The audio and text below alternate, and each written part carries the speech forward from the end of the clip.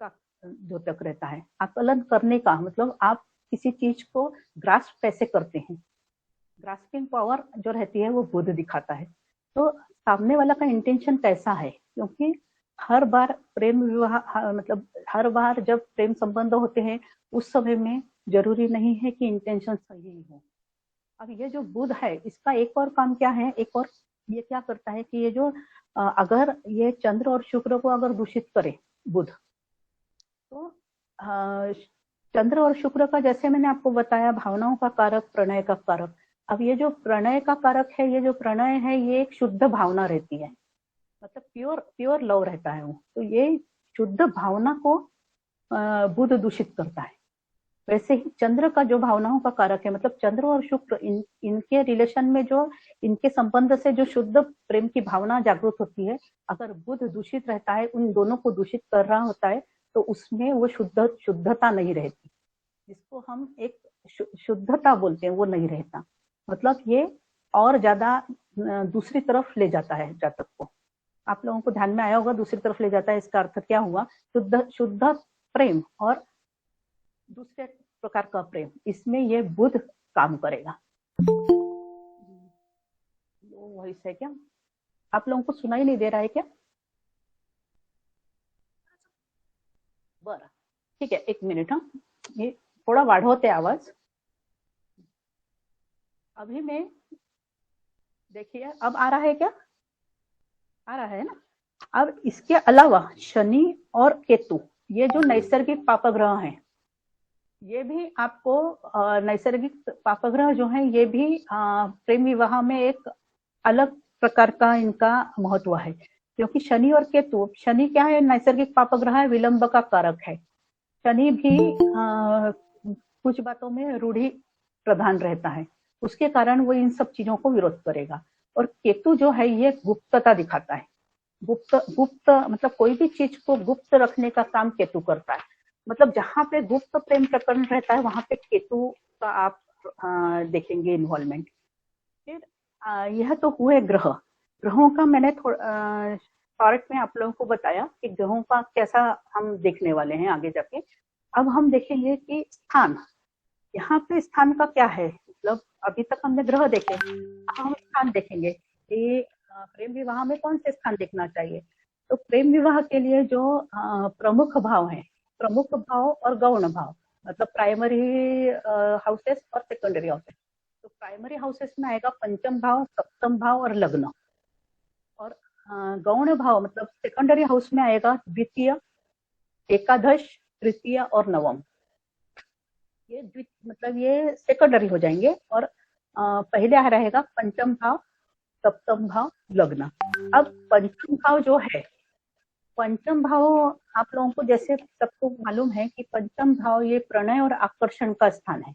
पंचम स्थान जो है वो यहाँ, अब इसको प्रणय और आकर्षण का स्थान है, इसको अगर हम थोड़े गौर से देखें तो हमको क्या ध्यान में आता है कि यह तृतीय स्थान का तृतीय स्थान है। मतलब थर्ड हाउस जो साहस का स्थान है उसका ये तृतीय स्थान है। इसकी वजह से प्रणय और आकर्षण के बारे में साहस करने की हिम्मत जो है वो पंचम भाव को तृतीय भाव प्रदान करता है। तृतीय भाव जो गौण, मैंने बोला आपको गौण है, मतलब सेकेंडरी भाव है, वो इसको हेल्प करेगा थर्ड हाउस, फिफ्थ हाउस को। कैसा है कि आप प्रणय और आकर्षण को प्रकट करने का साहस उसको तृतीय से मिलेगा। और इसके आगे अगर आप देखेंगे तो पंचम से जो सप्तम स्थान है वो तृतीय स्थान आता है।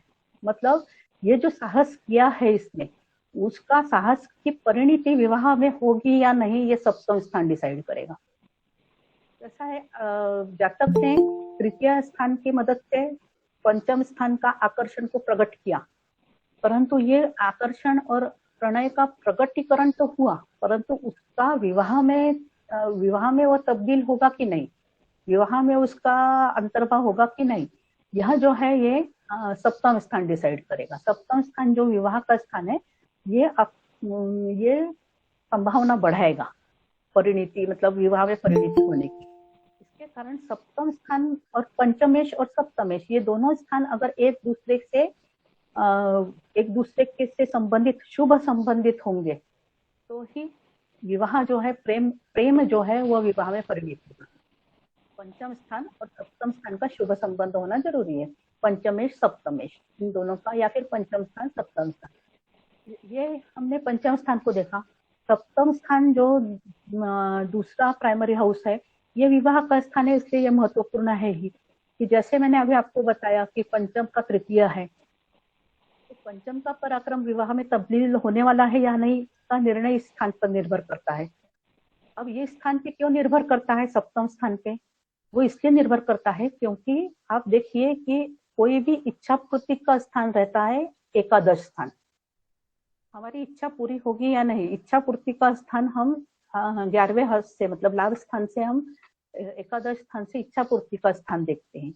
तो पंचम स्थान की इच्छा पूर्ति होने वाली है कि नहीं, ये 11th हाउस का भाग्य तय करेगा। 11th हाउस का भाग्य मतलब क्या हुआ? सप्तम स्थान। इसके कारण सप्तम स्थान फिर से महत्वपूर्ण हो गया। एक तो मतलब नैसर्गिक कुंडली में ये हम विवाह का स्थान मानते हैं, पंचम का ये तृतीय है, उसकी तब्दीली हो रही है कि नहीं, इच्छा पूर्ति हो रही है कि नहीं। इच्छा पूर्ति हो रही है मतलब इच्छा पूर्ति का भाग्य स्थान मजबूत होना चाहिए, इसका मतलब सप्तम स्थान अच्छा होना चाहिए। अब इसमें लग्न स्थान का भी महत्व है। लग्न स्थान का क्यों महत्व है? क्योंकि लग्न मतलब जातक स्वतः, जातक खुद। अब जातक खुद जो है उसमें अगर शक्ति रहेगी तो ही वो इन सब चीजों को कार्यान्वित कर पाएगा। वो अगर अच्छा है, वो अगर स्थान अच्छा है, लग्नेश अच्छा है, तो इन सब चीजों को वो कर पाएगा। इसके बाद में है गौण स्थानों में, जैसा मैंने आपको बोला कि नवम स्थान भी गौण स्थान है, क्योंकि ये नवम स्थान जो है ये धर्म का स्थान है। ये हम जैसे भाग्य स्थान बोलते हैं, भाग्य मतलब जातक का खुद का भाग्य।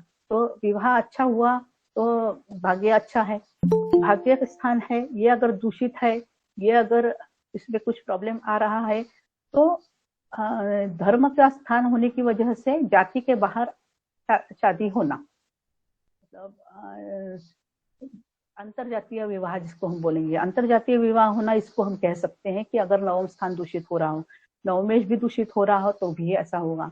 अब नवम और नवमेश दोनों जो हैं, ये अगर बहुत ज्यादा दूषित होते हैं और ऐसे समय में गुरु भी दूषित दिखाई पड़ रहा है, तो ऐसी स्थिति में जातक का विवाह धर्म के बाहर भी हो सकता है, मतलब दूसरी जाति में या धर्म के बाहर। ये नवम स्थान के ऊपर बहुत सा निर्भर रहेगा। इसके बाद में है तीसरा स्थान, मैंने आपको बोला है गौण स्थान, तृतीय स्थान। तृतीय स्थान जो है, तृतीय स्थान जो है वहां पे ये जो है, ये हम कम्युनिकेशन का स्थान बोलते हैं। कम्युनिकेशन मतलब एक दूसरे से संपर्क बढ़ाना। ये इसलिए आप देखिए कि जो प्रेम विवाह ऐसे हुए रहते हैं कि स्कूल से साथ में पढ़ रहे हैं बच्चे, स्कूल से साथ में पढ़ रहे हैं, कॉलेज में साथ में पढ़े हुए हैं, ऐसी स्थिति में आप देखेंगे कि उनके इसमें तृतीय स्थान का संबंध बहुत ज्यादा स्पष्ट दिखता है हमको कि द्वितीय का संबंध पंचम और सप्तम से है। पंचमेश सप्तमेश तृतीय में हो सकते हैं, या फिर तृतीयेश पंचम में और सप्तमेश भी पंचम में। इस प्रकार से हमको तृतीय स्थान का इन्वॉल्वमेंट दिखता है। अब ये जो तृतीय स्थान रहता है, इसके तृतीय स्थान का पंचम और सप्तम के साथ में इन्वॉल्वमेंट है, तो हमने निष्कर्ष हम निकाल सकते हैं कि पहले से जैसे जानते हैं एक दूसरे को और बहुत पहले से इनमें कम्युनिकेशन चल रहा है, ऐसी जगह पे शादी का योग है। अब यहाँ इसमें अगर द्वितीय स्थान भी इन्वॉल्व होता है, द्वितीय स्थान मतलब रहता है कुटुंब स्थान, द्वितीय स्थान भी इसमें अगर इन्वॉल्व हो रहा है, तो ऐसी स्थिति में नजदीकी रिश्ते में, मतलब रिश्तेदारी में, फैमिली, कुटुंब है, फैमिली के जो लोग हैं उनमें ही आपस में प्रेम विवाह का ये बन सकता है, मतलब की संभावना बढ़ सकती है। आप देखेंगे कि कभी कभी पंचम स्थान का संबंध नहीं दिखता है और ऐसे में तृतीय, द्वितीय और सप्तम का संबंध आता है, तो पास के रिश्ते में तय किया हुआ विवाह होता है। कई बार तय किए हुए विवाह भी पास के रिश्ते में रहते हैं, परंतु उसमें अगर पंचम स्थान भी इन्वॉल्व है, लग्नेश भी इन्वॉल्व है, तो ये नजदीक के रिश्ते में प्रेम विवाह का द्योतक रहेगा। इसके अलावा अन्य जो ग्रह हैं, अन्य जो घटक हैं, जैसे मैंने अभी आपको ग्रह और स्थान बताए, इसमें जो अन्य घटक हैं उसमें हम देखेंगे यूएल मतलब उपपद। जिन्होंने जैमिनी का पढ़ाई किया हुआ होगा उनको आप तुरंत ध्यान में आएगा कि उपपद, मतलब उपपद जो है वो 12th हाउस का आरूढ़ रहता है। इसके ऊपर से हम अपने लाइफ पार्टनर के बारे में हर चीज हमको पता चलती है। उसके बाद में है A7 मतलब सप्तम स्थान का आरूढ़, और A5 मतलब पंचम स्थान का आरूढ़। इन 3 स्थानों के आरूढ़ों का जो आपसी संबंध रहता है, ये भी प्रेम विवाह के लिए पोषक रहता है। मतलब जैसे अगर A7 और A5 का संबंध है, मतलब जैसे हम पंचम और सप्तम का संबंध देखते हैं, वैसे ही यह है कि पंचम और सप्तम का संबंध, और इनके आरूढ़ों के द्वारा संबंध है, इनका आरूढ़ आपस में संबंधित है, तो भी प्रेम विवाह के चांसेस रहते हैं। उपपद और A7 का संबंध, ये भी प्रेम विवाह देता है। तो A7 जो है ना, वो पार्टनर का है, मतलब 7th हाउस जो है वो हम पार्टनरशिप बोलते हैं। तो A7 पार्टनरशिप, और उपपद मतलब आपका लाइफ पार्टनर। इसके कारण आपका जो पार्टनर है वो आपका लाइफ पार्टनर बन सकता है, ऐसा इसका अर्थ हुआ।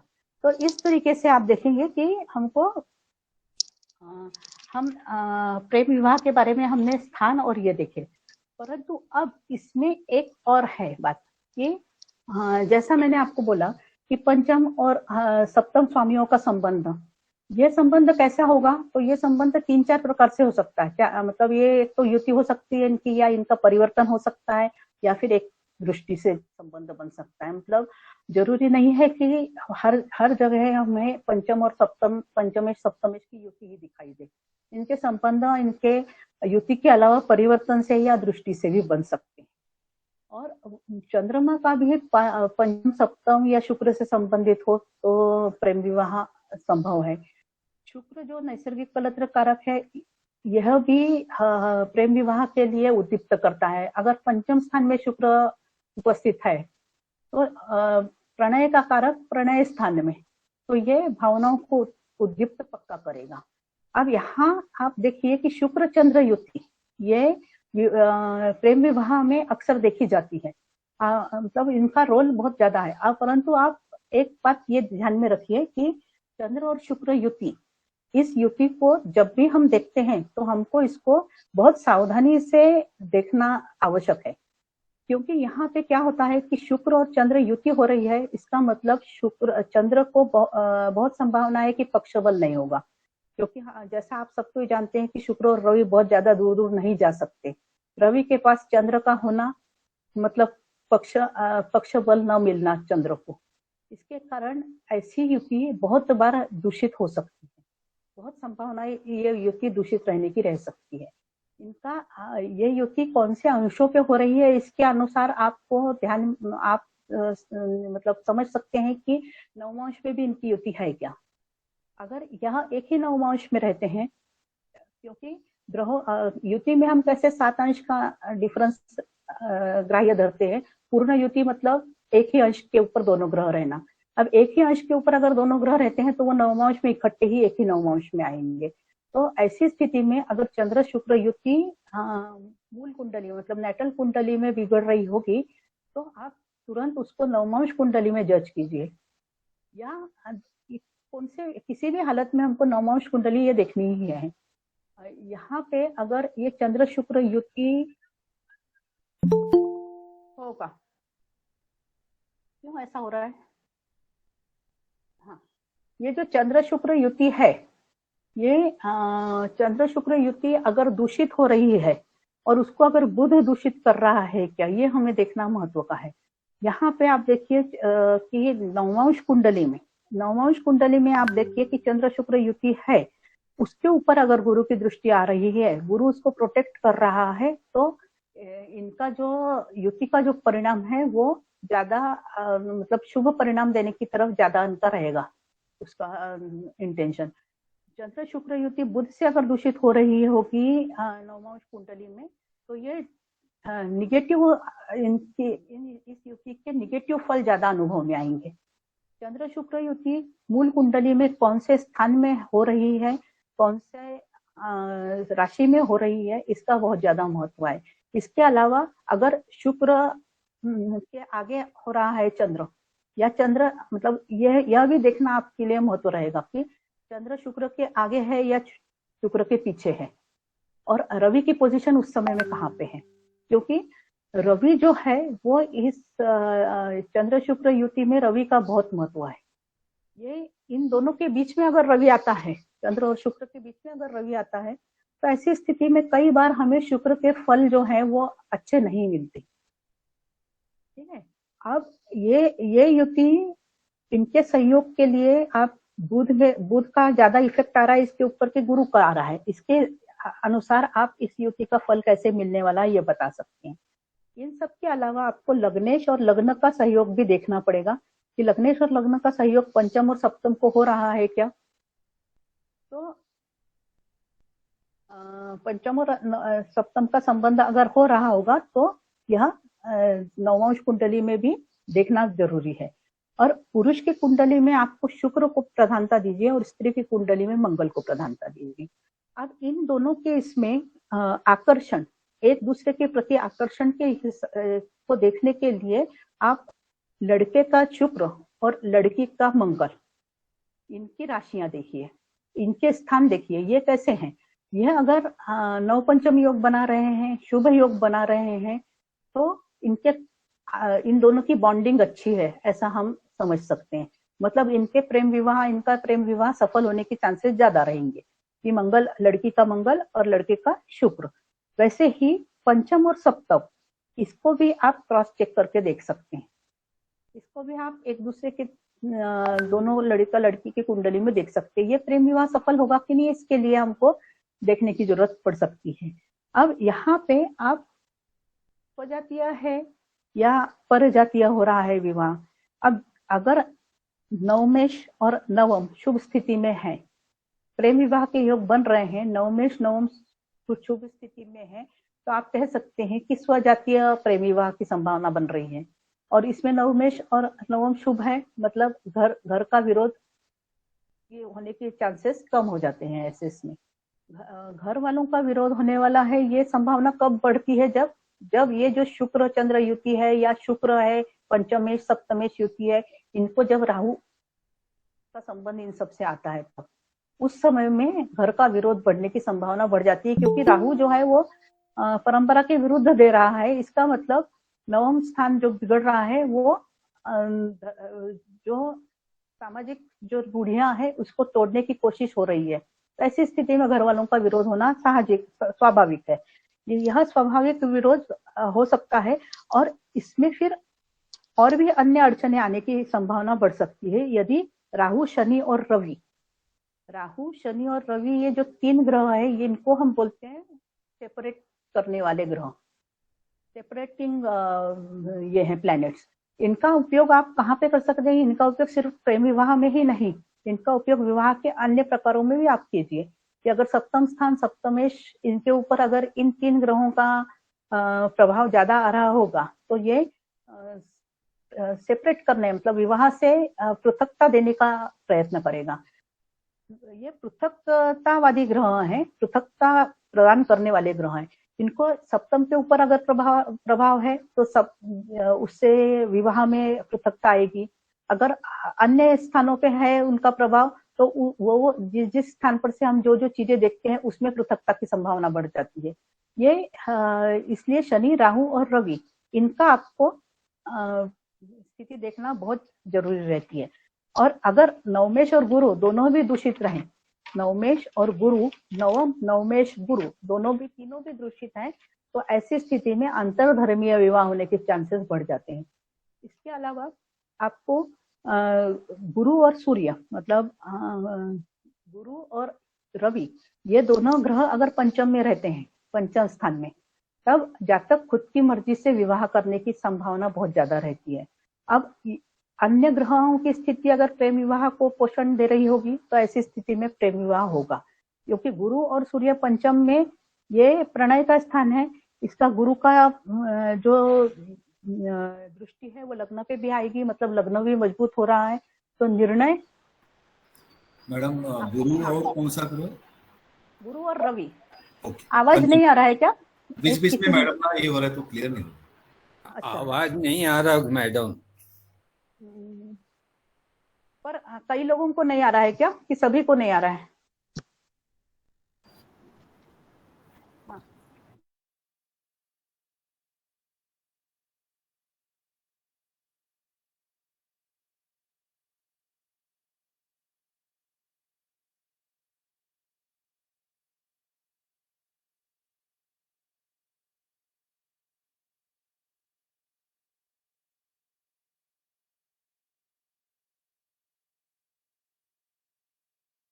कर दूंगी, है ना। Thank you. हाँ हाँ, ठीक है ना। तो गुरु और सूर्य ये जो है रवि मतलब ये अगर खुद मतलब पंचम स्थान में होंगे तो वो खुद की मर्जी से विवाह होगा, और यदि इन दोनों का संबंध राहु से हो रहा होगा तो यह विवाह अंतर्जातीय विवाह हो सकता है। अब विवाह प्रेम विवाह या अंतर्जातीय विवाह, प्रेम विवाह, अंतरधर्मीय प्रेम विवाह, किसी भी प्रकार का प्रेम विवाह देखने के समय में हमको चालू महादशा अंतरदशा का विचार करना बहुत जरूरी है। क्योंकि कैसा है कि प्रेम तो हो रहा है परंतु वो विवाह में तब्दील होगा कि नहीं, ये जैसा मैंने आपको बताया कि सप्तम सप्तमेश का निर्भर करता है, लग्नेश के ऊपर निर्भर कर रहा है, चंद्र के ऊपर निर्भर कर रहा है कि वो मन की भावना प्रकट कर पा रहा है कि नहीं। तो ये चालू महादशा अंतरदशा के ऊपर बहुत ही ज्यादा निर्भर करता है, क्योंकि अगर जो महादशा अंतरदशा शुरू है उसका संबंध जो है वो अगर वो इन सब चीजों ये जो प्रेम विवाह के योग है इनसे अगर 6, 8, 12 का योग बना रहा है, या फिर तृतीय स्थान का वहां पे संबंध ज्यादा नहीं आ रहा है, लग्नेश का संबंध ज्यादा नहीं आ रहा है, तो हो सकता है कई बार मन के मन में ही रह जाती है बात, वो प्रगति नहीं कर पाते एक दूसरे के ऊपर और वहां पे फिर दूसरी जगह शादी हो जाती है। तो यह जो है ये चालू महादशा अंतरदशा के ऊपर बहुत ज्यादा निर्भर है। इसलिए आप जब भी देखते हैं तो उस समय में जो महादशा अंतरदशा चल रही है उनका संबंध कैसा बन रहा है, उनका संबंध अगर प्रेम विवाह के योगों के लिए पोषक है तो प्रेम विवाह होने वाला है, आप बता सकते हैं कि होगा प्रेम विवाह। अब यहाँ हम एक उदाहरण देते हैं, उदाहरण देखिए। एक पहला उदाहरण है, यह है 12 जनवरी 1981 रात को 8:30 और नागपुर का जन्म है। इस कुंडली को आप देखिए, यहाँ पे इसको थोड़ा आप अपने डिवाइस पे थोड़ा बड़ा कर लीजिए, मतलब आपको ध्यान में आएगा कि ये है सिंह लग्न की कुंडली है, ठीक है, सिंह लग्न की कुंडली है। यहाँ पे सिंह लग्न है, पंचमेश कौन होगा, गुरु होगा, और सप्तमेश कौन होगा, शनि होगा। इसके नीचे अंश भी दिए हुए हैं, तो अंशात्मक अगर आप देखते हैं तो गुरु और शनि इनकी अंशात्मक युति हो रही है। एक ही मुझे ऐसा लगता है किसी जिनके माइक ये होंगे ना, म्यूट कर दीजिए माइक प्लीज, तब डिस्टरबेंस कम होगा। आपको जब क्वेश्चन पूछना होगा तभी फिर माइक ऑन कीजिए। यहाँ पे देखिए गुरु और शनि इनकी युति जो है ये युति अंश तुल्य युति है और यह द्वितीय स्थान में युति बन रही है। यह युति चंद्र से सप्तम स्थान में है, चंद्र जो है वो अष्टम स्थान में बैठा है, ये थोड़ा सा फीका उसका फॉन्ट अलग होने की वजह से चंद्र जो है वो अष्टम में है, इसमें इस कुंडली में अष्टम स्थान में है चंद्र, तो चंद्र से ये सप्तम स्थान में ये युति बन रही है, अंश तुल्य युति। और यह जो युति है इसको अगर आप देख रहे हैं कि 16 अंश के ऊपर है, पर अपनी कन्या राशि में 16 अंश के ऊपर है ये युति, किसकी, गुरु और शनि की, मतलब पंचमेश और सप्तमेश की युति वहां पे बन रही है। और ये युति किसके नक्षत्र में बन रही है, 16 अंश हस्त नक्षत्र आएगा ना, 16 अंश के ऊपर, मतलब 16 अंश 32 कला तक गया है ना वो, बराबर है, इसके कारण, ठीक है। अब लग्नेश जो है, लग्नेश रवि है, ये लग्नेश रवि पंचम स्थान में कलत्र कारक शुक्र के साथ में बैठा हुआ है। और लग्नेश रवि जो है ये पंचम स्थान में है, 28 अंश के ऊपर है, इसका मतलब वो खुद के ही नक्षत्र में है। यहाँ पे अगर हम सप्तम स्थान का विचार करते हैं तो सप्तम का स्वामी एक तो शनि हो रहा है, जिसको हमने देखा कि पंचमेश के साथ में युति बना रहा है, और दूसरा इसका स्वामी कौन है, राहु है, दूसरा स्वामी राहु है। यह राहु भी चंद्र की राशि में बैठा है, व्यय स्थान में है परंतु वो चंद्र की राशि में है, मतलब चंद्र के सप्तम में पंचम और सप्तमेश की युति, और चंद्र के से पंचम में राहु दूसरा जो स्वामी है सप्तम का वो भी बैठा हुआ है, उसकी चंद्र के ऊपर दृष्टि भी आ रही है। अब यहाँ पे नवमेश जो है, नवमेश का अगर हम विचार करें, यह नवमेश जो है यह राहु की दृष्टि में है, परंतु यह नवमेश उच्च राशि का है, उच्च राशि में है और गुरु से भी दृष्ट हो रहा है। मतलब एक तो नवमेश खुद की उच्च राशि में बैठा है दूसरा गुरु से भी दृष्ट हो रहा है, इसके कारण राहु का इफेक्ट जो है वो उतना ज्यादा नहीं आ पा रहा है। इसलिए यहाँ पे प्रेम विवाह में घर वालों का विरोध होने की संभावना को वो नष्ट कर रहा है। इस प्रेम विवाह में घर वालों का संबंध, घर वालों का विरोध होगा कि नहीं। तो नवम स्थान पर से हम देख रहे हैं, नवमेश छठे हाउस में बैठा हुआ है, परंतु वो उच्च का है, उसको गुरु का भी सपोर्ट मिल रहा है। इसके कारण राहु जो है वो उसका सपोर्ट, उसका जो इफेक्ट है वो थोड़ा कम हो गया है। इसलिए हम बोल सकते हैं कि ये बिन विरोध, मतलब बिना विरोध, घर वालों के विरोध के बिना इनके इस जातिका का, ये एक स्त्री जाति है, स्त्री की कुंडली है, तो इस जातिका का प्रेम विवाह घर वालों के सपोर्ट से हो रहा है। मतलब विरोध नहीं हुआ उनका, सपोर्ट बोलने की बजाय विरोध नहीं किया, मतलब सपोर्ट ही किया इनडायरेक्टली।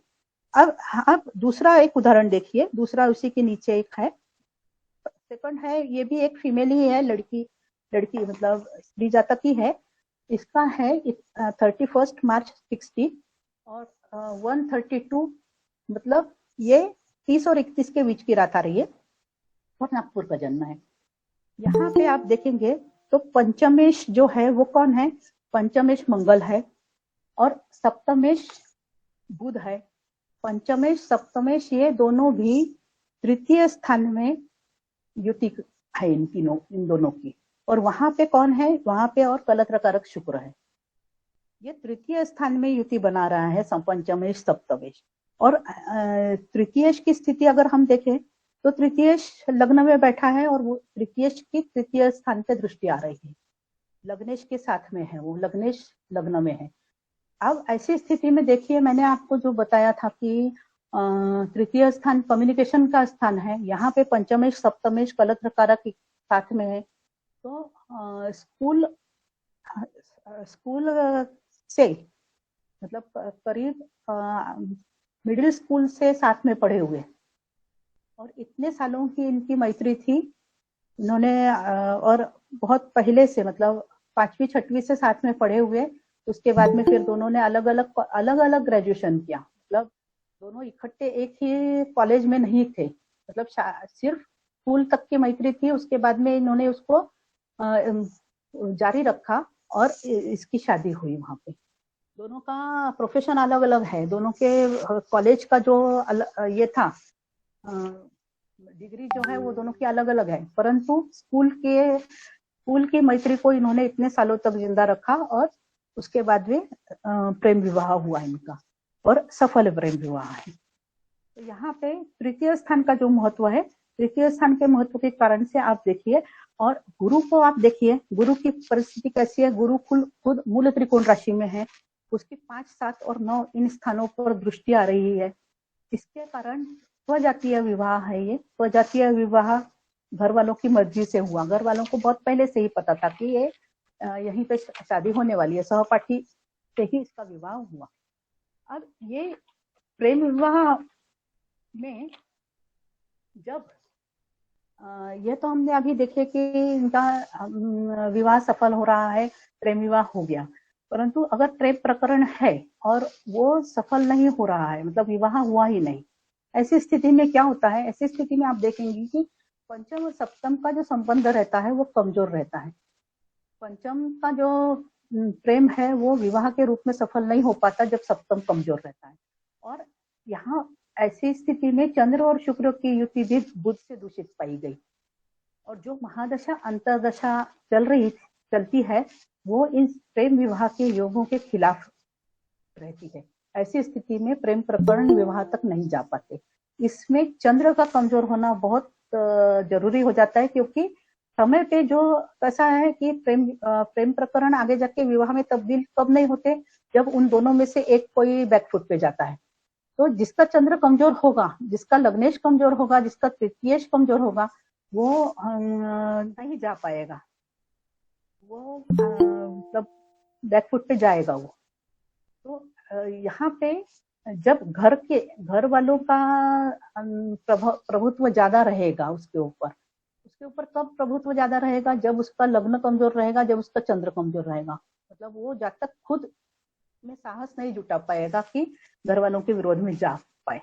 यहाँ पे फिर लग्नेश का भी सहयोग नहीं मिलता, और जो महादशा अंतरदशा चलती है वो भी नहीं हो पाती, मतलब वो भी इसके लिए पोषक नहीं रहती, इसके कारण फिर प्रेम प्रकरण आगे तक जाता ही नहीं। अब प्रेम विवाह में भी जो होते हैं प्रेम विवाह, ये सफल होंगे या असफल होंगे। प्रेम विवाह तो हो गया, परंतु आगे जाके ये सफल होने वाला है या असफल होगा। मतलब कई बार आप देखिए कि प्रेम विवाह होता है और तुरंत 1-1.5 साल में ही डाइवोर्स हो जाता है। तो ये विवाह टिकेगा या नहीं, सफल प्रेम विवाह और असफल प्रेम विवाह, इसका हम देखेंगे। इसको अगर हम देखते हैं, ये बीच में एक अंतरजातीय का है, पहले अंतरजातीय देख लेते हैं। अंतरजातीय प्रेम विवाह की है, इसके नेक्स्ट कुंडली जो है, नेक्स्ट कुंडली अंतरजातीय प्रेम विवाह की है। इसको ज्यादा एक्सप्लेन करने की मुझे लगता नहीं है जरूरत है, क्योंकि यहाँ पे देखिए आप कि पंचमेश और ये जो है पंचमेश और सप्तमेश, ये शनि और मंगल हैं, ये लग्न में बैठे हैं, तो प्रेम विवाह दिखा रहे हैं। यहाँ पे लग्नेश तृतीय स्थान में है, मतलब तृतीय का बल उसको मिल रहा है। और यहाँ जो हम देखेंगे कि नवम स्थान का जो स्वामी है वो है गुरु। ये गुरु राहु के और शनि के दृष्टि में है, इसके कारण गुरु बिगड़ रहा है, उसके साथ में केतु है। तो यहाँ अंतरजातीय प्रेम विवाह होने की संभावना बन रही है, और वैसा इस जातिका का अंतरजातीय प्रेम विवाह हुआ। इसके बाद में जब हम आगे बढ़ते हैं, आगे के इसमें देखिए कि जो मैंने बोला आपको कि सफल प्रेम विवाह या असफल प्रेम विवाह, ये दो मुद्दे रहते हैं कि प्रेम विवाह तो हो गया, परंतु अब इसमें इनका विवाह टिकेगा कि नहीं टिकेगा। तो इसमें से बहुत सी चीजें आप इनको डाइवोर्स, मतलब डाइवोर्स की अन्य कुंडलियों को भी ये नियम लगा सकते हैं, जहाँ पे देखकर विवाह हुआ हो, मतलब तय किया हुआ विवाह हुआ हो, वहां पे भी ये नियम आपको दिखेंगे। पर इसमें आप देखिए कि पति और पत्नी की कुंडली के इसमें पंचमेश और सप्तमेश जो रहते हैं इनका, और उसके साथ में कारक का विचार, ये दोनों भी आप देखिए, इनको चेक करना जरूरी है कि इनके जो म्यूचुअल जो इनके संबंध रहते हैं वो खराब रहते हैं। म्यूचुअल संबंध मतलब कैसा कि पति का पंचमेश पत्नी के इसमें कैसा है, पत्नी का पंचमेश पति के इसमें कैसा है, सप्तमेश की स्थिति भी इसी तरीके की आप देख सकते हैं। यहाँ अभी ये जो कुंडली है इसमें आप देखेंगे तो पहली जो है सफल प्रेम विवाह वाली है। पति का है जन्म 18 सितंबर 61, और इसमें मैंने ये दिए हुए हैं आपको अक्षांश रेखांश दिए हुए हैं। और पत्नी का जो है वो है 3 दिसंबर 68, 10:46 सुबह में। यहाँ पति की कुंडली देखेंगे आप तो पति का पंचमेश कौन बन रहा है, पति की कुंडली है कर्क लग्न की, पत्नी की कुंडली है मकर लग्न की। अपोजिट है एक दूसरे के इसमें लग्न और सप्तम। पति की कुंडली का पंचमेश अगर देखते हैं तो पति की कुंडली का पंचमेश है मंगल। यह मंगल पत्नी की कुंडली में कहां पर है, यह मंगल पत्नी की कुंडली में नवम स्थान में बैठा है, नवम स्थान भाग्य स्थान में बैठा हुआ है। और पत्नी का पंचमेश कौन है, शुक्र है। पत्नी का पंचमेश शुक्र पति की कुंडली में लग्न में बैठा है। तो इसके अलावा दोनों की कुंडली में अगर लग्नेश का विचार करेंगे हम, तो पति की कुंडली का लग्नेश कहाँ पे है, चंद्र। पति की कुंडली का चंद्र जो है वो इसमें है अपना धनु राशि में है। और इसकी जो कुंडली का जो है लग्नेश अपना पत्नी की कुंडली का लग्नेश जो है वो मीन राशि में है। तो इन दोनों, ये दोनों राशियां एक दूसरे से केंद्र में है।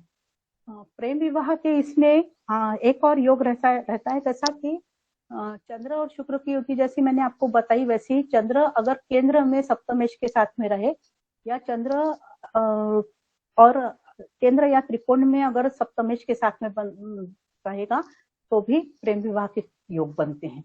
लग्न में अगर है तो भी बनते हैं। यहाँ ये जो सफल प्रेम विवाह की कुंडली है इसमें पंचमेश का स्थिति आपने देखी। अभी अब आप असफल प्रेम विवाह में क्या होता है, असफल प्रेम विवाह में आपको ध्यान में आएगा कि इनकी कुंडलियों में मंगल शुक्र राहु, ये इनकी जो आपस की स्थिति है ये अच्छी नहीं रहती। सप्तमेश कारक गुरु शुक्र जो है, इनके ऊपर सेपरेटिंग ग्रहों के प्रभाव ज्यादा रहते हैं। सेपरेटिंग वाले जो रहते हैं शनि राहु और रवि, ये सेपरेट करने वाले ग्रह हैं। इनका प्रभाव आपको उन कुंडलियों पे ज्यादा दिखेगा। अब इसमें आप देखिए, इनका प्रेम विवाह हुआ, यह असफल प्रेम विवाह है। तो यहाँ पति का जो पंचमेश है, पति का पंचमेश पंचम स्थान में है शनि।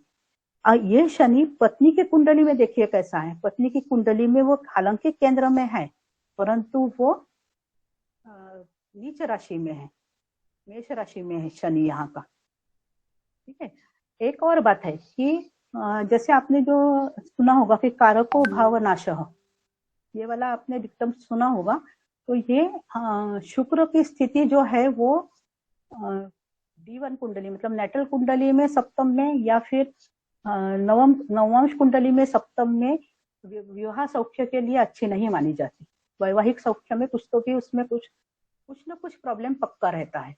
तो वैसे यहाँ पे देखिए, ये जो पत्नी की कुंडली है उसमें सप्तम स्थान बहुत ज्यादा दूषित है। वहां पे मंगल और शुक्र दोनों भी हैं। नीच राशि का मंगल है और शुक्र भी है। माइक प्लीज बंद करेंगे, माइक बंद करेंगे। इनका अजित,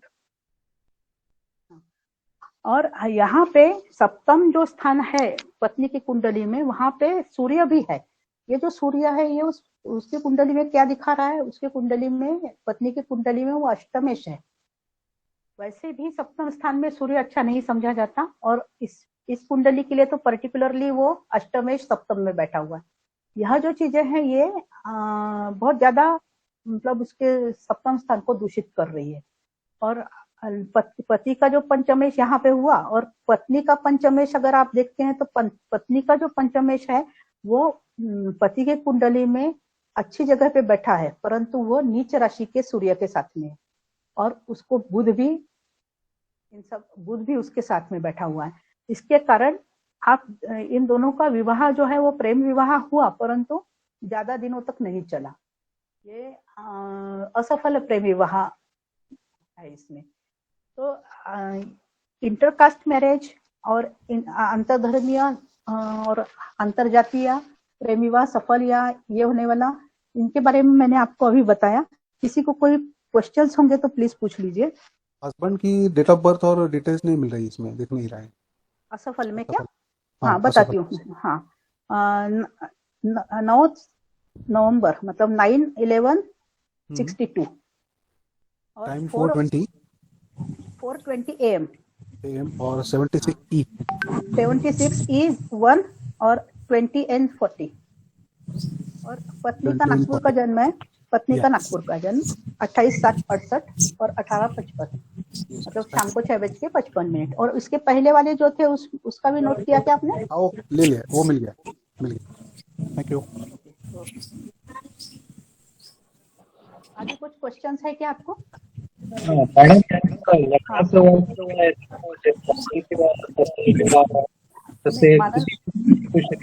प्लीज सगळ्यांनी माईक बंद कराल का? मला नीट ऐकूच नाही आलं। सॉरी हाँ, सब कोई माइक बंद करेंगे, मुझे सुनाई नहीं दिया, आपको क्वेश्चन नहीं सुनाई दिया। यांचं लग्नाचं वय काढता येईल का? किती वर्ष सफल याच्यात किंवा असफल याच्यात? मतलब कितने दिनों में शादी टूटेगी या टिकेगी तो अच्छी टिकेगी या नहीं, कितने साल तक हो सकती है? हाँ, उसके लिए हमको इनका ये देखना पड़ेगा, आने वाली महादशा अंतरदशाओं का विचार करना पड़ेगा। अब कैसा है, जैसे यही कुंडली है जो असफल प्रेम विवाह का, जैसे मैंने बोला ना कि यही कुंडली अगर आप देखते हैं तो इसमें कैसा दिख रहा है कि पत्नी की जो कुंडली है वो बहुत ज्यादा दूषित दिखाई दे रही है। इसलिए हम ऐसी स्थिति में हम पत्नी की महादशा अंतरदशाओं पे ज्यादा कॉन्सेंट्रेट करेंगे। अंतरदशा कैसे आ रही है, एक आप माइक करेंगे क्या? माइक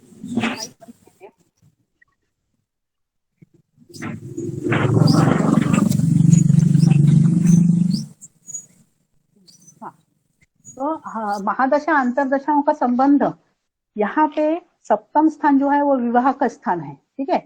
तो जब भी 6th हाउस से रिलेटेड, 3rd हाउस से रिलेटेड या फिर 12th हाउस से रिलेटेड ऐसी जब महादशाएं अंतरदशाएं चलती रहती हैं, या फिर 9वें स्थान से रिलेटेड भी, क्योंकि 9th जो है उसका डायरेक्ट संबंध 3य स्थान से बन रहा है, तो इनकी जो महादशाएं अंतरदशाएं जब भी चलती हैं तो उस समय में कुछ न कुछ परेशानियां बढ़ सकती हैं जातक के इसमें। उसके अलावा 6th हाउस मैंने क्यों बोला, 6th हाउस और 3rd हाउस, 3rd हाउस जो है वो 4th का व्यय है, 4th हाउस जो है वो सुख शांति का है, शांति का है ना, मन शांति जिसको हम बोलते हैं, मन की शांतता। तो वो भंग होती है 3य स्थान, इसके कारण हम 3य स्थान को महत्व देते हैं।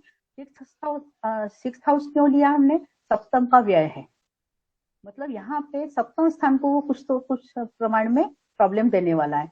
और 12th हाउस क्यों लिया, वो लग्न का व्यय है, मतलब खुद को कुछ ना कुछ प्रॉब्लम देने वाला है, और वो सप्तम का षष्ठ भी है। तो इन स्थानों से रिलेटेड महादशा अंतरदशाएं जब चल रही होती हैं, तो हम जैसे पत्नी की कुंडली को अगर हम देखेंगे तो उसमें हम देखेंगे कि कब ऐसी दशाएं आने वाली हैं, और वो दशाएं जब आ रही हैं उस समय में पति की कुंडली में कैसी दशाएं चल रही हैं। इसके कारण आप जब भी कुंडली मैच करते हैं, या ये तो आप बिना मैच किए हुए ही शादी हुई रहती है प्रेम विवाह में, पर इन नॉर्मल कोर्स में जब हम उनकी हमको आने वाले कुछ सालों की दशाएं भी मैच करनी चाहिए। ये अगर दशा संधि रही, दशा संधि हो तो उस समय में प्रॉब्लम्स बढ़ सकते हैं। मतलब एक पति के कुंडली में एक दशा समाप्त हो रही है, और उसी समय में अगर पत्नी की कुंडली में भी कोई महादशा समाप्त हो रही होगी, तो एक ही समय में दशाएं खत्म हो रही हैं। ये दशाओं पर से फलित देखने का जो नियम है, उसमें हम क्या बोलते हैं कि एक दशा से दूसरी दशा में जब संक्रमण होता है, मतलब एक दशा खत्म हो रही है, दूसरी शुरू हो रही है, तो वो जो बीच का पीरियड रहता है संधि, जो जिसको बोलते हैं हम खत्म होती हुई दशा और शुरू होती हुई दशा, ये आपको थोड़ा तकलीफ वाला हो सकता है, क्योंकि चेंज बहुत ज्यादा होता है। और ऐसी स्थिति में चेंज इस टाइप से हो कि अगर कोई 12th हाउस में बैठा हुआ ग्रह है, उसकी दशा शुरू हो रही हो, 6th या 8th में बैठे हुए ग्रह की दशा शुरू होने वाली है, तो ये चेंज निगेटिव की तरफ ज्यादा दिखाएगा ना। तो ऐसे अगर दोनों की कुंडली में निगेटिव एक ही साथ में चेंजेस हो रहे हैं, तो उस समय में ये जो संभावना है ये ज्यादा बढ़ जाती है कि इनका सेपरेशन हो सकता है।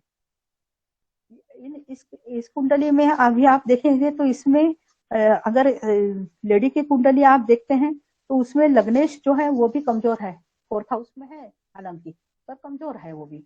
मतलब ये खुद एकदम से निर्णय जो लेना रहता है वो नहीं ले पाएगी वो, क्योंकि वो नीच राशि का है। और तृतीयेश जो है, मतलब साहस चाहिए ना, तृतीयेश जो है वो भी अष्टम में बैठा है चंद्र के साथ में। उसने एक बार साहस कर दिया चंद्र के साथ में होने की वजह से, परंतु वो कोई भी निर्णय लेते समय एकदम उसको प्रकट नहीं कर पाती, उसको इम्प्लीमेंट नहीं कर पाती। तो इस तरीके से आप महादशा अंतरदशा पर से हम इनका भावी पीरियड निकाल सकते हैं। और उसके अलावा अष्टम स्थान जो है वो लॉन्जिविटी ऑफ मैरिड लाइफ दिखाता है, अष्टम स्थान। और उपपद यूएल, उपपद का 2य स्थान भी लॉन्जिविटी ऑफ मैरिड लाइफ दिखाता है। मतलब ये मैरिड लाइफ कितने दिनों तक चलेगी, ये मतलब उसकी जो आयु है, मैरिड लाइफ की आयु दिखाता है। अब ये आयु अगर कम दिख रही है तो उसके कई कारण हो सकते हैं। कभी कभी हमेशा ही जरूरी नहीं है डाइवोर्स ही हो सकता है किसी की डेथ हो जाए, किसी एक की अगर डेथ होती है तो भी मैरिड लाइफ कम हो गई ना, मतलब खत्म हो गई। इसलिए आप उपपद का 2य स्थान और जन्म कुंडली का अष्टम स्थान, ये जो है ये लॉन्जिविटी ऑफ मैरिड लाइफ दिखाता है। आपने सौभाग्य स्थान सुना होगा, स्त्री की कुंडली में अष्टम स्थान को मांगल्य स्थान, सौभाग्य स्थान बोलते हैं। वो इसीलिए बोलते हैं कि उसका जीवन कहाँ तक चलेगा, मैरिड लाइफ कहाँ तक चलेगा। अब वैसे इस कुंडली में इनका मैरिड लाइफ कब तक चला, असफल बता रहे तो? असफल, इनका प्रेम विवाह असफल है, इनका डिवोर्स नहीं हुआ है, मेन बात है। अच्छा, ये सेपरेट रह रहे हैं, लीगल डिवोर्स नहीं है, सक्सेसफुल नहीं है, लेकिन डिवोर्स भी नहीं है। डिवोर्स भी नहीं है। Thank you. वही, क्योंकि ये ले नहीं पाती निर्णय जल्दी, स्त्री जो है वो निर्णय ले नहीं पाती। या और गॉट इट। हाँ, उसके कारण उसने ऐसा फर्म कोई डिसीजन नहीं लिया, बस सेपरेट रह रहे हैं, तो उसके लिए कोई अर्थ नहीं है ना इस विवाह को। Yes yes yes. मतलब असफल ही हुआ ना, लव मॅरेज असफल ही हुआ। मॅडम दोन्ही कुंडल्यांत पंचमेश आणि सप्तमेशाचा काय संबंध आला? हो, आता इकडे पहा कि हाँ देखिए एक बात, हाँ बताती हूँ मैं। यहाँ पे सप्तमेश जो है, अपन पहले पति की कुंडली में देखेंगे। पति की कुंडली में जो पंचमेश है वो है शनि, वो पंचम स्थान में बैठा हुआ है, और उसकी पंचमेश की जो मूल त्रिकोण राशि है उसमें गुरु बैठा है। यह आकर्षण का इनका कारण रहा। और यहाँ पे कलत्र कारक जो शुक्र है उसके ऊपर गुरु की दृष्टि है, सप्तम स्थान के गुरु की दृष्टि वहां पे आ रही है, और सप्तम स्थान पे पंचमेश की दृष्टि आ रही है। पंचमेश शनि द्वितीय दृष्टि से सप्तम स्थान को देख रहा है, इसके कारण पंचम और सप्तम का संबंध बन रहा है। ठीक है, पंचम और सप्तम का संबंध कैसा बन रहा है, तो तृतीय दृष्टि से वो सप्तम को देख रहा है। बरोबर। आणि पत्नीच्या अब पत्नी की कुंडली को देखिए आप। पत्नी की कुंडली में जो सप्तमेश है वो चंद्र है, और ये जो है वो शुक्र है। अभी मैं एक मिनट, इसमें जो पंचमेश जो है ना, यह शुक्र की जो स्थिति है उसका डायरेक्ट संबंध यहाँ पे इनसे नहीं बन रहा है। सप्तमेश और पंचमेश का डायरेक्ट संबंध नहीं बन रहा है। यहाँ पे गुरु और चंद्र इकट्ठे में है, इसके अपने को इसका ये देखना चाहिए, मतलब क्या इस कुंडली में अंशात्मक देखना चाहिए। एक मिनट में अंशात्मक देख के बताती हूँ आपको। हो सकता है कि जो शुक्र है वो इसमें हो। हाँ, यहाँ पे बन तो रहा है ना संबंध, वैसे ही बन रहा है। ऊपरी तौर पे संबंध तो दिख ही रहा है कि पंचमेश सप्तम में बैठा हुआ है ना, पंचमेश सप्तम में बैठा है। पंचमेश जो है वो सप्तम में बैठा हुआ है, पंचम का सप्तम से संबंध बन रहा है। वो बहुत ज्यादा मजबूत नहीं है संबंध, इसलिए प्रेम विवाह असफल रहा। पंचम और सप्तम का मजबूत संबंध न होना प्रेम विवाह असफल होने का एक कारण जो मैंने बताया। यहाँ पंचमेश सप्तम में है, परंतु वो मंगल के साथ में है, वो सूर्य के साथ में है, तो इतना अच्छा बन नहीं पा रहा है संबंध। इसमें तृतीय स्थान को देखिए आप। तृतीय स्थान का कहाँ पे संबंध आ रहा है? तृतीयेश को अगर आप देखते हैं तो पति की कुंडली में तृतीयेश पंचम को देख रहा है, तृतीयेश पंचम स्थान को देख रहा है, और पत्नी के कुंडली में तृतीयेश जो है वो सप्तमेश के साथ में है। ये साथ में पढ़े हुए नहीं, परंतु एक ही गली में रहने वाले, मतलब एक जगह पे रहने वाले, एक मोहल्ले में रहने वाले, ऐसी इनकी शादी हुई है कि बचपन से एक दूसरे को जानते, खेले कूदे हैं साथ में, पढ़े नहीं है पर खेल, मतलब एक रहता है ना कि पहले कैसे मोहल्ले के सब बच्चे इकट्ठे रहते थे, वैसा था इनका संबंध। तृतीय स्थान का संबंध वैसा बन रहा है। पढ़ाई में साथ में नहीं थे, परंतु एक दूसरे को जानते हैं, एक दूसरे के फैमिली को जानते थे, साथ में बचपन से साथ में बड़े हुए हैं।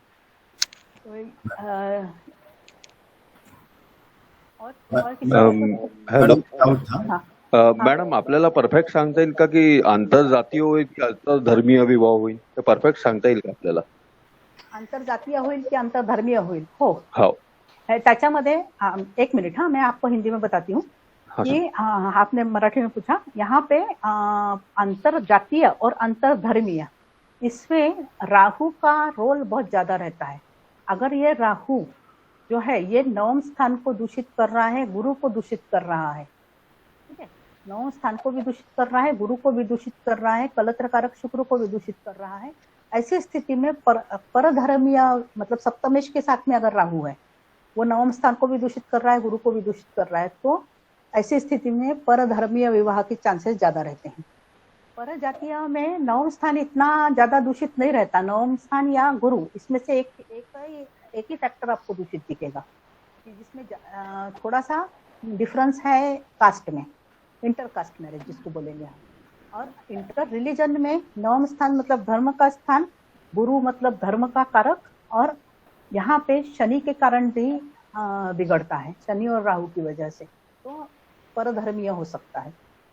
राहु का मेन रोल आता है परधर्मीय में, और शनि और बाकी फैक्टर्स के कारण नवम स्थान और गुरु दूषित हो रहे होंगे तो जाति में फर्क रहता है, ऐसा फर्क रहता है। मतलब राहु जो है वो धर्म को नहीं मानता है, इसके कारण राहु का ज्यादा रोल जहाँ पे आएगा वहां पे परधर्मीय होने की संभावना ज्यादा रहेगी। आलं लक्षात मॅडम, थँक्यू। मैडम एक हाँ पहली जी पत्रिका है, फर्स्ट जो पत्रिका है मैडम, उसमें जैसे पंचमेश पंचम में ही है। हाँ, पहली में पंचमेश पंचम में ही है। हाँ तो नहीं, वो लेकिन कौन सी पहली बोल रहे हैं आप? ये जो जिसमें शनि पंचम में बैठा है। हाँ, मतलब पति की कुंडली। हाँ हाँ लेकिन शनि सेपरेटिव भी ग्रह है, तो क्या वो अपना सेपरेटिव इफेक्ट डालेगा उसमें? हाँ, इसलिए तो नहीं हुआ ना सफल विवाह। सप्तम स्थान पे वो डाल रहा है ना दृष्टि, पंचमेश सप्तम को देख रहा है, इसलिए उसने प्रेम विवाह दिया, क्योंकि उसको तृतीय का भी सपोर्ट मिल रहा है, और तृतीय के साथ में शुक्र जो है वो कलत्र कारक शुक्र को लग्नेश का सपोर्ट मिल रहा है, इसके कारण उसने प्रेम विवाह दिया।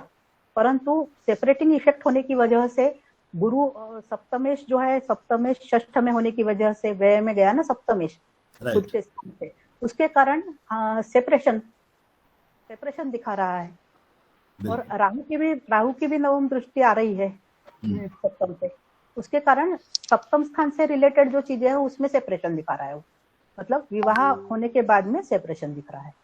धन्यवाद। हाँ, उसने प्रेम विवाह दिया, क्योंकि वो देख रहा है ना पंचमेश और सप्तमेश का संबंध बन रहा है, उसने प्रेम विवाह दिया, परंतु ये नहीं।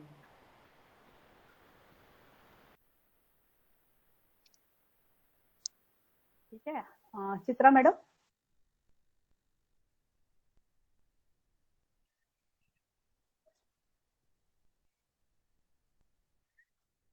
बहुत बड़ा विषय है।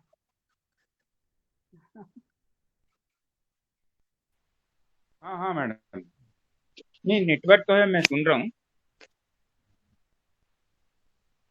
तो मैडम ने अभी बहुत अच्छी तरीके से समझाया है विवाह का कारण। प्रश्न तो नहीं होने चाहिए, और इसमें जो जेमिनी का पार्ट था वो शायद अभी उन्होंने नहीं दिखाया समय के कारण। जैसे आरूढ़ लग्न और उपपद, और इस पर हमने ज्यादा चर्चा नहीं की, A5 और A7 और तारा। नहीं, उसका कारण मैं बताती हूँ आपको। उसका कारण ये है कि सबने जेमिनी पढ़ा है कि नहीं पढ़ा नहीं है। हाँ, अगर सबने नहीं पढ़ा होगा तो फिर ध्यान में नहीं आएगी ना बात, इसलिए बताया नहीं आएगी। और समय का भी अभाव है इसके लिए, समय का भी अभाव है। और मुख्य तो कैसा है कि उपपद मतलब क्या, ये अगर पता ही नहीं होगा तो फिर उसके बारे में मैं अगर बताऊंगी भी तो वो व्यर्थ जाएगा ना।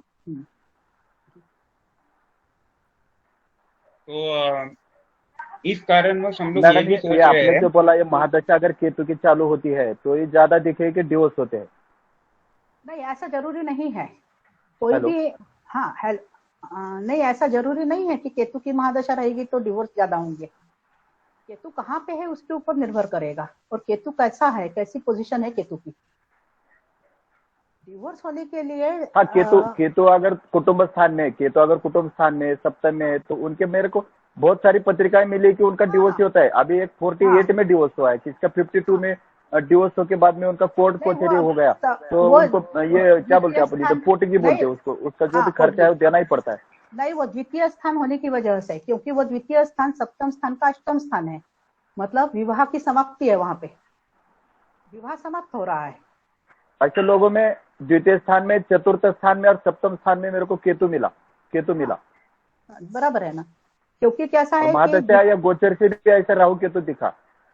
जी हाँ, जरूर।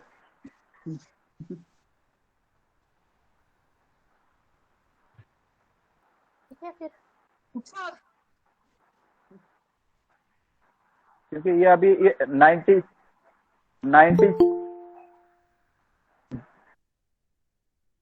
बोलिए।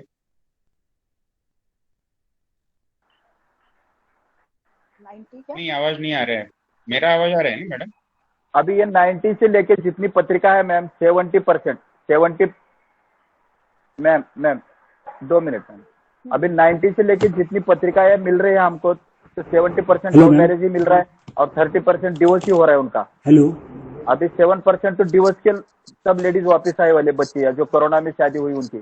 नहीं, अभी में देखिए आप कि जो जैसे आपने बताया कि 89 जैसे 90 से बोल रहे हैं आप 89 साल भी कुंडलियां निकाल के देखिए। 89 साल जो था 90 से लेके आप 90 से 90 से लेके बता रहे, 90 से लेके बहुत सारी पत्रिकाएं ऐसी दूषित ही दिखती है हमको अभी। और हाँ, वैसा ही आप देखिए 89 वाले जो है उसमें से बहुत से लोगों की शादियां बहुत लेट हुई या फिर अविवाहित रहे। ग्रहों की स्थिति वैसी थी। ग्रहों की जो चाल है वो बहुत मायने रखती है ना, कैसे पढ़ रहे हैं ग्रह कैसे पढ़ रहे हैं वो बहुत मायने रखती है। तो आगे तो बहुत चेंजेस होगा। हम तो ऐसा दिख रहा है कि 70% इंटरकास्ट लव मैरिज ही बढ़ेगा आने वाले 20 साल में। हाँ, वो तो है। मी प्रश्न विचारू शकते का? हो विचारा मॅडम। वधू वराच्या दोघांच्याही अष्टमात केतू असेल तर त्याचा आपण प्रिडिक्शन काय करू शकतो? दोनों की कुंडली में अष्टम स्थान में, दोनों के अष्टम स्थान में केतु। हाँ, दोनों के अष्टम स्थान में केतु है। वधु के अष्टम स्थान में लग्नेश केतु युक्त। दोनों के इसमें केतु है तो उनको केतु की महादशा अंतरदशा जब आएंगी, अंतरदशाएं जब केतु की आएंगी उस समय में कुछ प्रॉब्लम्स आ सकते हैं, पर एकदम से आप उनको सेपरेट होंगे ऐसा मत बोलिए। अब यहाँ पे कैसा होता है, राहु केतु एक्सिस जो है वो 2nd हाउस और 8th हाउस में बन रहा है। इसके कारण वो 2 हाउस वो डिस्टर्ब करेगा, इसलिए उनका वैवाहिक जीवन बहुत अच्छा नहीं हो पाएगा। और जब जब केतु की अंतरदशाएं आएंगी अन्य ग्रहों की महादशाओं में, तब तक तकलीफ ज्यादा बढ़ेगी। थँक्यू मॅडम, मुलीचं सप्तमेश जर कधी मुलाच्या व्ययस्थानात असेल तर त्याचा काय इफेक्ट होईल? लड़की का सप्तमेश अगर लड़की की कुंडली में लड़की की कुंडली में व्यय स्थान में है, इसका मतलब क्या है कि वो लड़के की कुंडली के सप्तम से षडाष्टक बना रहा है ना। मतलब उनमें वैचारिक मतभेद रह सकते हैं,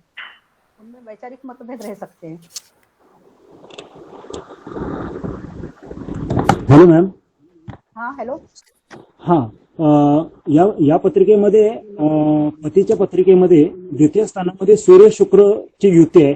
हा सूर्य अलगाव देणारा ग्रह आहे, पृथक्करण करणारा ग्रह आहे, तो शुक्राशी संबंधित आहे। त्याच्याबद्दल थोडं सांगाल का?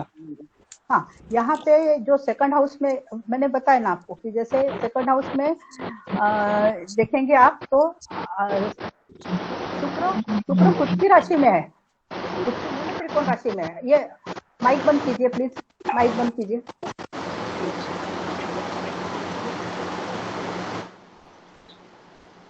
माइक बंद कीजिए। हाँ, शुक्र द्वितीय स्थान में है, खुद की राशि में है, मतलब ये धन के लिए बहुत अच्छा है, परंतु सेपरेटिंग ग्रह, सूर्य सेपरेटिंग ग्रह होने के बावजूद ये व्ययश भी है। व्ययश शुक्र को तकलीफ दे रहा है, वहां पे बुध भी है। उसके कारण इस जातक के इसमें वो 2nd हाउस में होने की वजह से ये सप्तम का अष्टम स्थान है, मतलब विवाह का अंत, वो विवाह का अंत दिखा रहा है। उसकी वजह से सूर्य वहां पे होने की वजह से नीच राशि का सूर्य है, तो नीच राशि का सूर्य होने की वजह से पृथकता, उसका जो गुण है, गुण धर्म जो पृथकता देने का है वो थोड़ा कम हो गया है। उसकी वजह से यहाँ पे लीगल डाइवोर्स नहीं हुआ। अगर मैम वही सूरज अगर तुल राशि का नहीं होता, दूसरा राशि का रहता था, हाँ, दूसरे राशि का रहता था तो वो उसमें हर चीज में फर्क पड़ जाता ना। फिर दूसरी राशि का रहा रहता वो तो शुक्र का बिगड़ गया है, उसका मतलब ऐसा हो जाता ना। फिर बात वही होती, मतलब रिजल्ट वही मिलता आपको, सिर्फ उसका तरीका अलग हो जाता। Okay, thank you ma'am. Hello madam, मेरा एक सवाल है कि जैसे इसमें जो राशि कुंडली है तो इसमें भावचलित का कोई इम्पोर्टेंस है कि नहीं है? भावचलित का इम्पोर्टेंस रहता है, परंतु मेन जो है वो मुख्य आपको जन्म कुंडली ही मुख्य देखनी चाहिए। भाव कुंडली उसके साथ में आप देख सकते हैं कि उसको कैसे चेंजेस हो रहे हैं, उनकी डिग्री में, मतलब उसकी जो इंटेंसिटी रहती है वो बदलती है। मूल कुंडली में जो योग बन रहे हैं ना, उनकी इंटेंसिटी कम हो रही है कि ज्यादा हो रही है? वो कम निगेटिव देने वाले हैं कि ज्यादा निगेटिव देने वाले, या ज्यादा पॉजिटिव दे रहे हैं? ये जो डिग्री है, इसकी जो इंटेंसिटी की डिग्री है, वो बदलेगी भाव चलित के आधार पे। पर योग जो देखना है आपको, वो आप मेन कुंडली में ही देखिए। योग जो आपको देखना है वो मेन कुंडली में ही देखिए। यहाँ तो पे सब भाव ग्रहों चलित को में देखते फिर समय, एक मिनट, भाव चलित को देखते समय जैसे अभी इसी उदाहरण में देख लीजिए आप, इसमें अगर हम देख रहे हैं कि शुक्र मतलब कुल की मूल त्रिकोण में बैठा हुआ है, ठीक है। अब यही शुक्र अगर भाव चलित में कन्या में चला जाता है, तो वो उसकी नीच राशि में जा रहा है, परंतु वो कैसे फल देगा? भाव चलित को देखते समय आपको ये देखना पड़ेगा कि मूल कुंडली में वो जहां पे है, जिस राशि में है, वो उसी राशि से रिलेटेड फल देने वाला है, पर स्थान बदल जाएगा उसका। इस टाइप से आपको देखना पड़ेगा कि वो लग्न में जा रहा है, परंतु वो नीच राशि का नहीं होगा, वो उसको हम नीच राशि का नहीं बोलेंगे, वो मूल त्रिकोण राशि में ही है, परंतु वो सिर्फ लग्न भाव में है। मतलब वो लग्न भाव के भी फल देगा, सेकंड हाउस के भी फल देगा, परंतु वो राशि के हिसाब से वो जहां पे है एक्चुअल में, तुला राशि में ही है ना, वो तुला के ही फल देगा। माने मैडम एक प्रश्न है। हाँ, राहु ही एक ऐसा आवाज एकदम ग्रह है जो आवाज नहीं आ रहा है ठीक से। अब आ रहा आवाज? हाँ, एक जन ही बोलिए कोई, हाँ कहिए। तो जैसे सिर्फ एक राहु ही एक ऐसा ग्रह है जो अंतर जातीय विवाह की ओर ले जाता, बस। हाँ, राहु जो है वो मेन ग्रह है अंतरजातीय विवाह की तरफ जाने वाला। राहु परंपरा को तोड़ने वाला ग्रह है। अंतरजातीय अंतरराष्ट्रीय ये जो है वो ये करता है, मतलब राहु उसको बढ़ावा देता है। शनि जो है यह भी मतलब ये भी, इसका भी अगर इफेक्ट रहता है तो भी जाति में कुछ फर्क रह सकता है। राहु केतु जो है वो मेन है। और बुध जो है, बुध जो बिगाड़ता है शुक्र और चंद्र को। शुक्र चंद्र अगर बिगड़ते हैं बुध की वजह से, तो भी दूसरी जाति में विवाह होना या फिर उस विवाह में कुछ न कुछ प्रॉब्लम्स आना, ये आप देख सकते हैं। Thank you madam. मैडम एक प्रश्न है। सप्तमेश रवी नवमात आहे आणि पंचमेश बुध पण आहे आणि शुक्र पण आहे।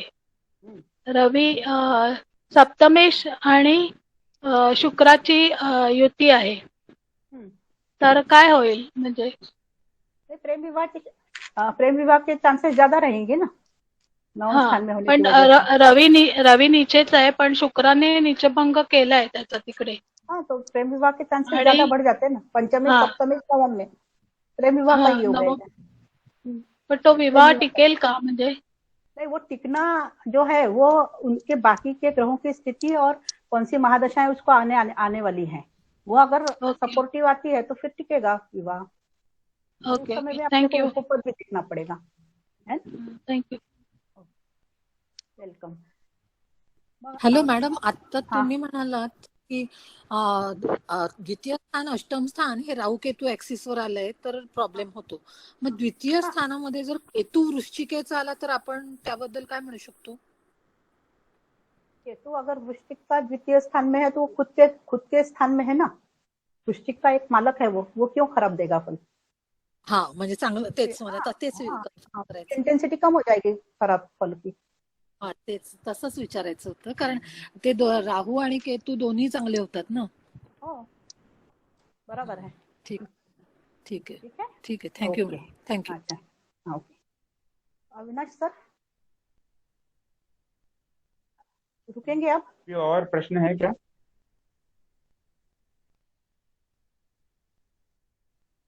ये इसकी रिकॉर्डिंग हो किसी के पास तो इसकी रिकॉर्डिंग इस पे डालना व्हाट्सएप पे। रिकॉर्डिंग तो रिकॉर्डिंग का प्रयास करेंगे। चांगलं होईल सर, ग्रुपवर जरी रेकॉर्डिंग टाकली तरी चालेल सर। हाँ, ग्रुप में ही डालने का प्रयास करेंगे। और अभी हमारी एक यही विवाह के संदर्भ में एक विस्तृत कार्यशाला होगी, तो उसकी जानकारी भी हम लोग इसी ग्रुप में डाल देंगे। अभी मैडम उसके बारे में कुछ बताएंगी कि उसमें क्या क्या वो कवर करने वाली है।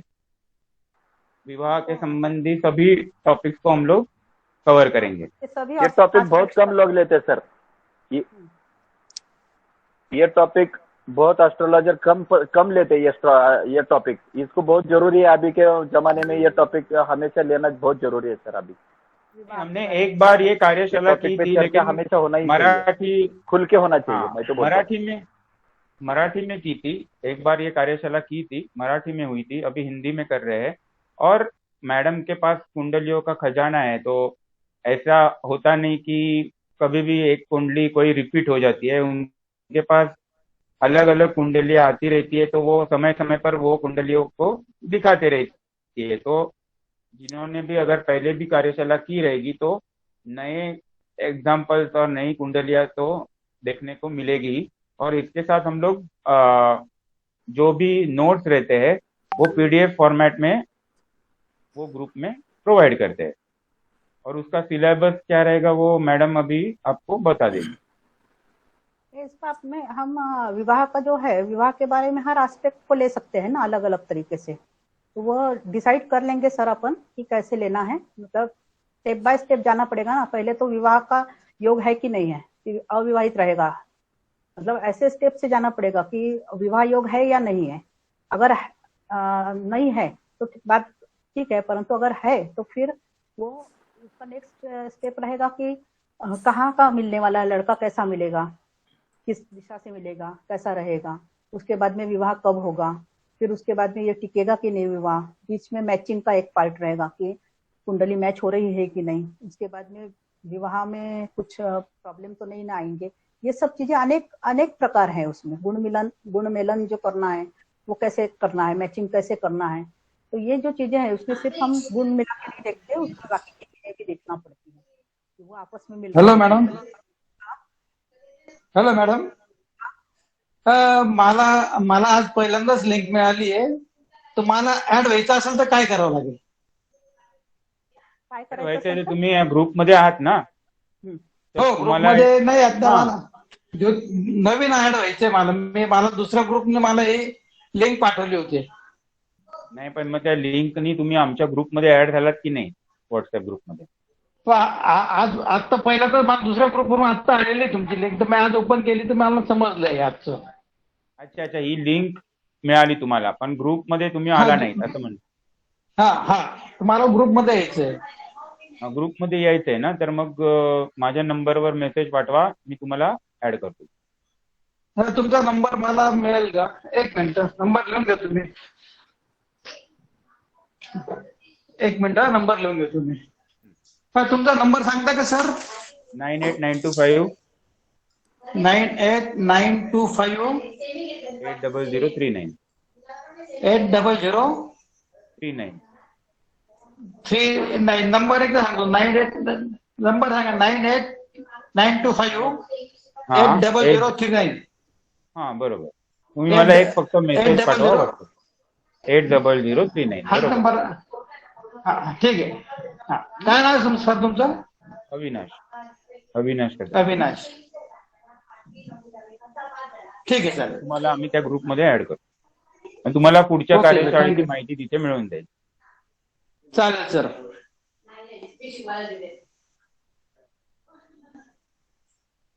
Thank you sir. ओके, तो ठीक है फिर मैडम, अभी कुछ सवाल तो है नहीं। Hello Vinita madam. हाँ हेलो। हाँ हमने अगले कार्यक्रम की कल्पना भी दे दी है और उसमें कवर करने वाले टॉपिक्स भी मैडम ने बताए हैं वो, और उसके साथ एक शायद काल निर्णय का भी होगा कि जैसे घटना कब घटेगी। हाँ, तो वो भी हम लोग उसमें कवर कर लेंगे। और थोड़ा बहुत जो भी जेमिनी का सिद्धांत है जो विचार में लेने की आवश्यकता है, जैसे उपपद वगैरह, ये बहुत जरूरी टॉपिक्स है, तो उनको भी टच करेंगे।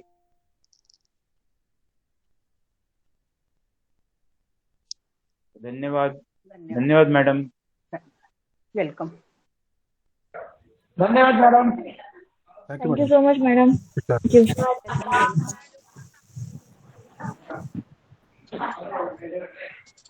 धन्यवाद ma'am. Thank you, madam, and all team. Thank you, everybody. Thank you, madam. Thank you, madam. Welcome all. Thank you, madam. Thank you, madam. Thank you, Chitra ma'am. Thank you ma'am. Thank you ma'am.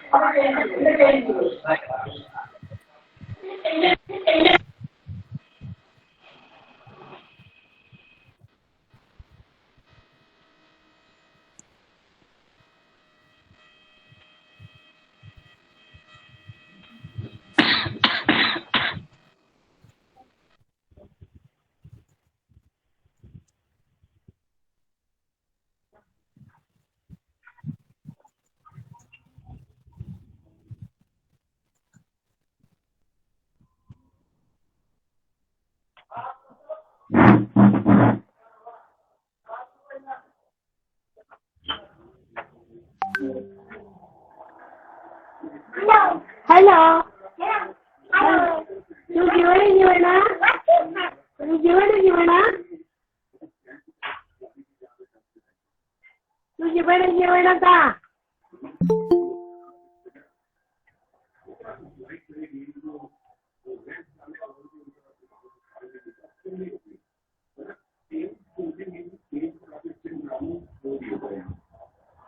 जीवन